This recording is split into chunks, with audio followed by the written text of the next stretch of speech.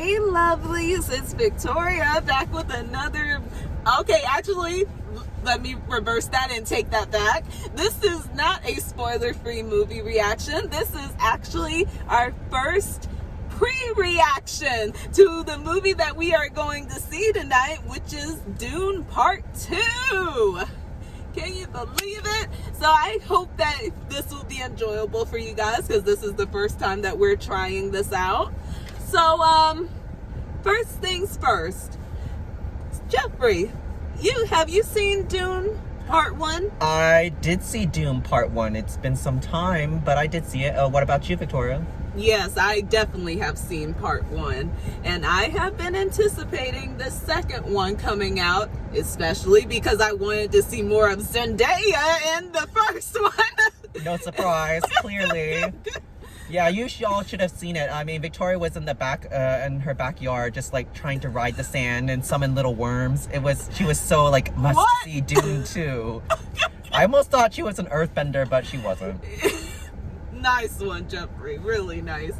But either way, so I am pretty much excited to find out what happens in this film because I only started reading the first book and I am not done with it, but I can say that I'm starting to understand sort of where it's heading and what's going on.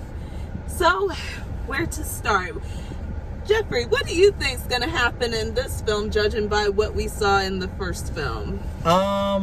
Judging on the first film, I'm gonna say there's gonna be a lot of like sandworm like rituals. Hopefully nothing too like bonk chicka wow wow. But and rides. I mean, there might be rides. Maybe it's just like like see who can ride the longest on the sandworm without falling off. But there's definitely gonna be more sandworms and probably some big giant battle because everyone likes a good like bloodlust, right? So yeah. Oh boy, yeah, that definitely is coming. And like it wasn't enough for Paul to lose his father and also so many other people, his best friend. Oh please, he's gonna be fine. I mean, look, Simba lost his dad and then he became a great king. He's gonna be fine. It's the same thing. It's fine. Okay. He's just a little Hamlet. He'll be fine. Yeah, we can be hopeful that he will be fine. But now he is with a new, I want to say tribe, but that's not what they are. Let's just say a new group of people that he met in the first film, well, near the end, leading to the end of the first film. And this group has Zendaya's character, I think her name was Chani? Is that her name? What? Chani, I like that. I think it's Chani. Chani, sorry. Chani. And I think there's going to be a little love connection that's going to happen between the two of them. So I look forward to seeing what happens there. However, I feel like it's going down, from reading the books, I feel like it's going down the path of how his father's relationship with his mother was. Who knows? But the more important thing, folks, is you heard it here first. When the parody movie of Dune comes out, you heard Victoria came up with the parody name Chinese. So it happened first here. So make sure she get that money. Oh my God. It's true. Oh my goodness. But also I am interested to find out what is going to be happening with Austin Butler's character, who it's assumed that he's the villain in this film. I mean, clearly, like the big baddie in this film. What's going to happen is that he's going to repent his ways of the sand and then go on to discover his love for music and become Elvis Presley. That's clearly what's going to happen, Victoria. How did you not read the signs? Oh, and also shaving his head was part of it? Exactly. He needed to have a clean start, fresh new life, and grow out the hair the way to become Elvis. So clearly that's what you are not up to date. She's not up to date, folks. Get her up to date. And you know what you are, Jeffrey? You ain't nothing but a hound dog. Oh, see? Look, special treat. She got to sing some Elvis for you. You're welcome. I would wish that it was more of Mama Thornton, but either way. Yeah. Because that was our song original Actually, look it up, kids. History. Yeah. What about you, Victoria? Tell us what you think is gonna happen. Like, what's a thing you think will happen in this movie? I think that so we already know that there is some kind of prediction, prophecy of Paul being set to be the Messiah of this world that he is in. But I think that there may be some revelations of how, yes, that is definitely possibly where he's going down, but it may also be a possibility that it may lead to a darker path down the line. I'm just guessing. I don't know. It Okay, could be but she says this after having been like, "Oh, I only read 100 chapters of this book," so that's how she got all this intel. No, I did my research, and I know that something is going to happen. I just don't know what it is. Right. She's been doing the background homework. She's been reading the book. She's like one of those people that like got into stock market and did really well. She's like, I didn't get no insider info. Yeah, I really did it. Look at this face. Do you believe it? I think they would believe me more than they would believe yours. Okay. Anyways, so, alright, so you think the dark path is what I heard. She makes a great fortune teller, doesn't she? And I see a dark path in your future. And you know what else I see, Jeffrey? What else are you seeing coming up in this movie? I see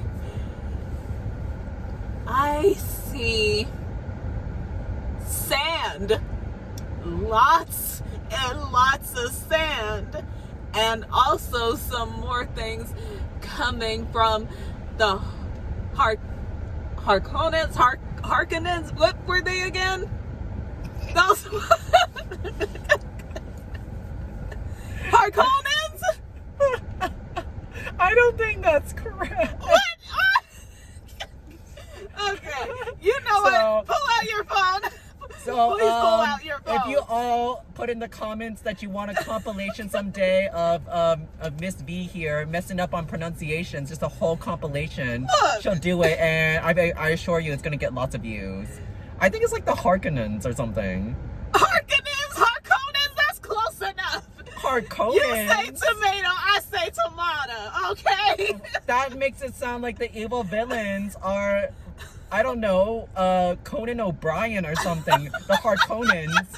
I can just see a bunch of alien invaders, and they all look like Conan O'Brien trying to take over the planet. That's what that sounded like, Harkonnens. It should have just been Conan the Barbarian instead. But I mean, that works too. Okay, what else do you see, Miss V, into the future?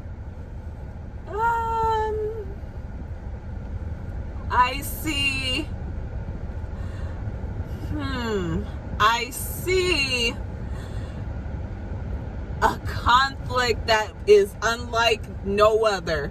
A conflict that could possibly be not Star Warsy at all. So what I mean by that is that this is probably going to go deeper than anything that we would qualify as depth in a climatic, how can I say, revelation of things that will be coming, whether that be in this one or in part 3. That's right. If there is a part 3, which there most likely will be a part 3. So, yay, we get to see more sand. And we get to see more Timothy Chalamet. But more sand. It's Sand, the trilogy. If you wanted your whole life, or, you know, instead of a white Christmas, a sand Christmas, well, congratulations. You can have it now by watching all 3 movies when they're out eventually someday on Christmas. Or Sandy. Sandy Christmas.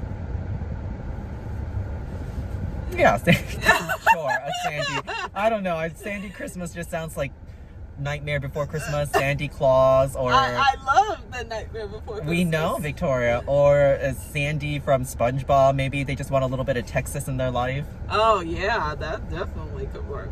And hey, they live underwater, and there's also the sand there. Okay, so Point. you heard it. She's predicting that someday there'll be a SpongeBob Dune crossover. You heard it right here, folks. Oh god. But either way, that maybe. I'm not saying that, but maybe. He's the one that's saying that. I mean, think about it. SpongeBob and Paul are both like the chosen ones to lead the way. And they're both very, have wonder about their world and childlike in some ways and just fascinated about the world around them and such. So yeah, they're it totally works. Okay, maybe that could work. So nice one, Jeffrey. But I'm am still concerned about Paul. I think that after not just losing his dad, but losing pretty much almost of everyone of his, where he comes from, I guess I would say, you know what, I'm not going to bother to say. I will leave that for the movie reaction. See, she knows too much. I knew What? it. All from reading that book. This is why kids don't read books. At least not before movies. The point is, he suffered not just one loss, but so many losses from the first film. Again, he'll be fine. It's like Lion King. So what? He'll mature. He'll grow out of it. It'll be fine. Well, this movie is sort of picking right up where they left off in the first film, right? So I would hope so. What are we gonna do? Like a time skip 5 years later? And then maybe. I'll be like, no. Well, that would make sense because it's like now he's joined this new group and he's adjusting to it, and so how could he and Zendaya form a actual palpable connection in a short period of time? But then again, I guess it's movie world. It's movies. It's destiny. It's destiny.